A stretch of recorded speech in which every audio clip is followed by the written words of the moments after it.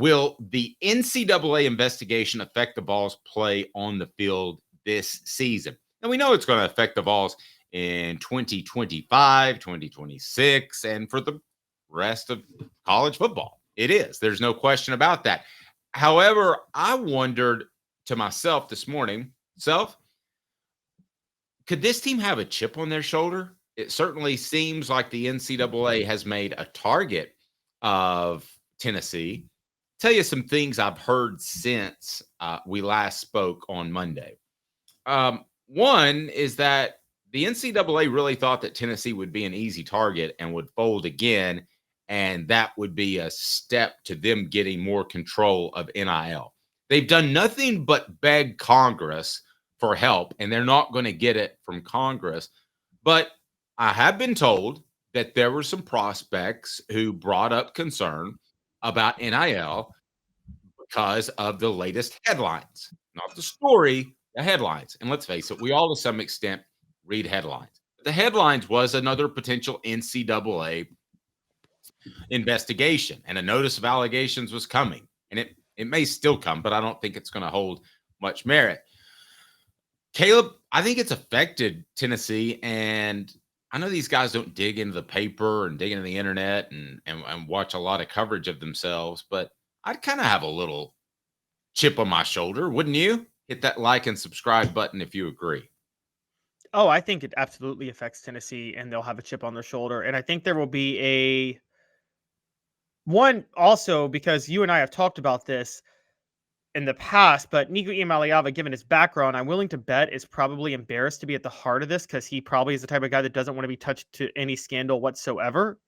And so I think the players sense that, and I think the players for him want to really make a statement. And by the way, this isn't anything new. You remember, Dave, in 2002 when Alabama was on probation, and they would have won the West had they not been on probation that year. Wasn't it 1993? Auburn went undefeated, Terry Bowden's first year when they were on probation. 2012, Ohio State went undefeated, Urban Meyer's first year when they were on probation. We have seen teams on probation play a lot better than they were, because every game was their bowl game or their postseason game in that moment. Tennessee's not on probation, but so they don't have to worry about that. But I think the concept could be the same, couldn't it?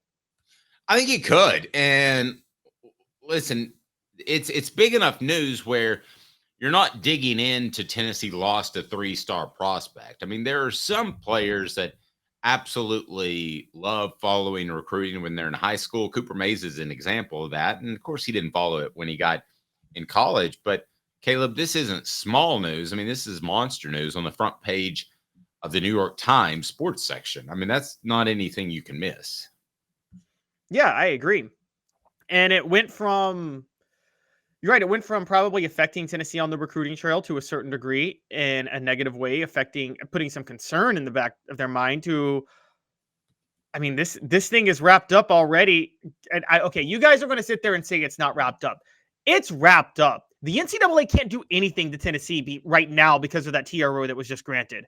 But so one, they're going to lose in court. And they've already effectively lost. And until somebody comes back and says, we'll either temporarily give you back your NIL restriction rights, or they lose the case, or the NCAA wins the case, neither of which is happening, they can't do anything to Tennessee. So it's wrapped up. They're in the clear. And it's happening right before spring practice.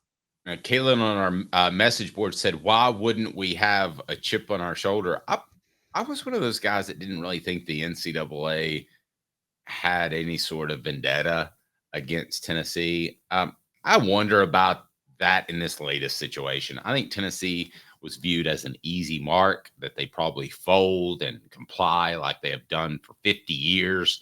And that just wasn't the case. Tennessee fought it, and I got a lot of respect for that.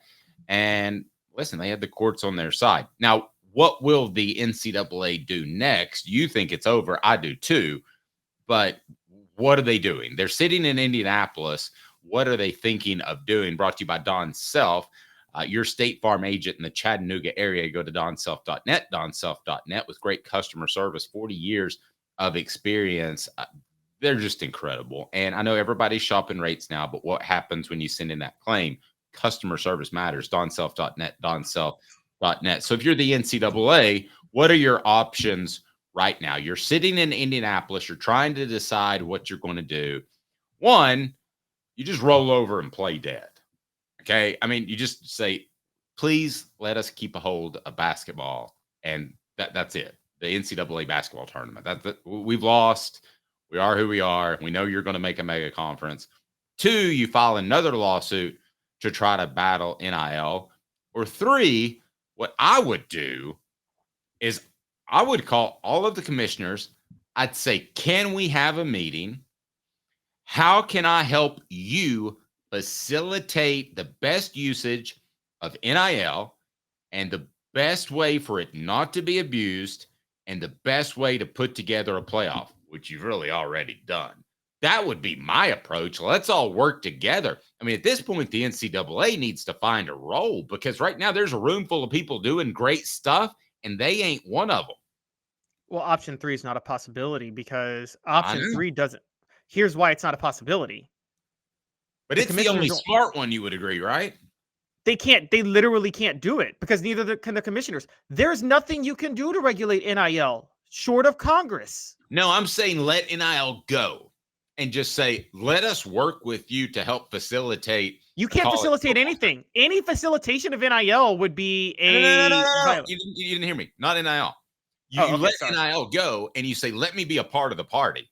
Let me help you. Oh, okay. I see what you're saying. Yeah. Plane tickets for the college football playoff. Whatever it is, let me be a part of it. Because right now they're not going to be a part of the party. This is going to be a separate conference. And that would be my approach, is try to be, I don't know, the nice guy, kill them with kindness type of thing. Now, maybe every other school is okay with that, but Tennessee's going to give them the middle finger because they've been targeted so often. But that would be my approach, is just to try to be a part of the party. Well, I agree. The funny thing about and we agree the NCAA stepped in it here.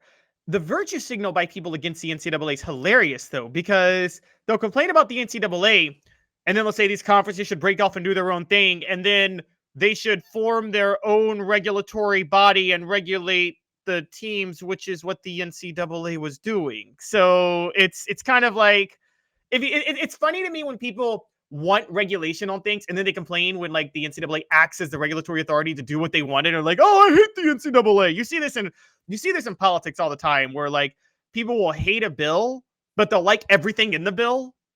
And they'll just arbitrarily, and a lot of times they'll want something included that they want in the bill to vote for it, right? Yes, exactly. You'll see people tout you'll see people criticize a bill, but they'll tout something from the bill that helps their district at the same time. You see that all the time in politics, and you're kind of seeing that with the NCAA. And because when people say, "Oh, the SEC and Big Ten should form their own, thing and have their own regulators," so you mean they should have the NCAA? It's just, you're just calling it another thing at that point. It's like it's like, I need a race car, but you've got a race car sitting right there that doesn't run. Travis said this yesterday, so I went ahead and put it up today, but he said it again. I like being the villains. I kind of do too. I mean, I feel like a lot of schools, Alabama's the one you would point to the easiest, that has gotten some preferential treatment from time to time, but so certainly Notre Dame has. But why not be the villains? I mean, didn't Miami prove it back in the 80s that you could be the villains and you could have an M16 in your hotel room or your dorm room and still sack the quarterback? That was what Ed Orgeron said back in the day. He said, everybody wants to talk about one sack, the 3 sacks he had on Saturday, but nobody wants to go get the M16 out of his dorm room on Sunday. He actually said that in front of a big orange booster club, and everybody. Was he on the sauce? Well, it was a noon meeting, so I'd like to not, but you know. It's Coach O. Ladies and gentlemen, the boys, hit that like and subscribe button. Mark says, we don't want NCAA to have anything to do with the enforcement. It's kind of what it is. You're so damn right. It's hard. I can't say that any better. They have done such a poor job over half a century doing it. They've been so wrong. They only killed SMU because SMU couldn't fight back and weren't one of the big boys. They would have never done that to an Alabama, Texas, or a big school. Well, the I whole thought, Southwest was cheating at that time, and I SMU was the only agree. one that took the brunt. Well, and to finish, I thought the Southern Cal punishments were too harsh. I thought the North Carolina punishments weren't harsh enough. I can't think of really a punishment they doled out that I agree with. So I'm with Mark. I don't want the NCAA to have anything to do with enforcement, but somebody has to, right? Yeah, someone has to do enforcement. The problem is the NCAA made a lot of missteps, but they also were hamstrung by autonomy granted to conferences and teams based on court rulings, which limited what they could do. Now, so this was, I'm not going to, like, the concept of the NCAA when it was invented, it's like, it was invented by Teddy Roosevelt, guys. It was to save football. It was to create a national Explain uniform. that one more time, because we've got a bunch of new listeners that we didn't.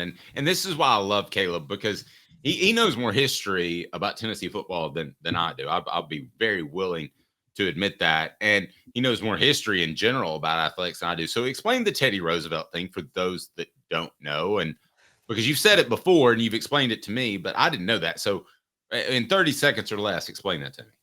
So as football got big in the latter half of the 19th century and at the turn of the 20th century, it was a gentleman's game for Ivy Leaguers. That's how it started. And there were widely different rules for widely different teams and leagues, and there were no safety guidelines whatsoever. So they were almost going to do away with the sport in the early 20th century. And Teddy Roosevelt, who was an Ivy Leaguer who loved football himself, actually got together a bunch of administrators from all the Ivy League schools and other elite schools that played football and said, we need to create a uniform standard for safety purposes to keep this game going and a uniform level of regulations. And that's what the NCAA was. Obviously, the NCAA was not something equipped to handle when the idea of amateurism or when college football got profitable. Nobody considered amateurism in 1907 because sports didn't make money like that at the college level. So nobody even thought that, even there was no regulation on it until, you would probably say the 1970s when TV deals were happening and the NCAA was like, we got to figure out a way to keep all this money for ourselves. And that's what happened. True. And the NCAA got incredibly bloated because there was so much money going around. And I think they got in bed with the bowl committees a little too quickly. But yeah, I love your history on that. So that's a great point. Had they decided to sanction a playoff in the 1970s, they would have a lot more power today. Agreed.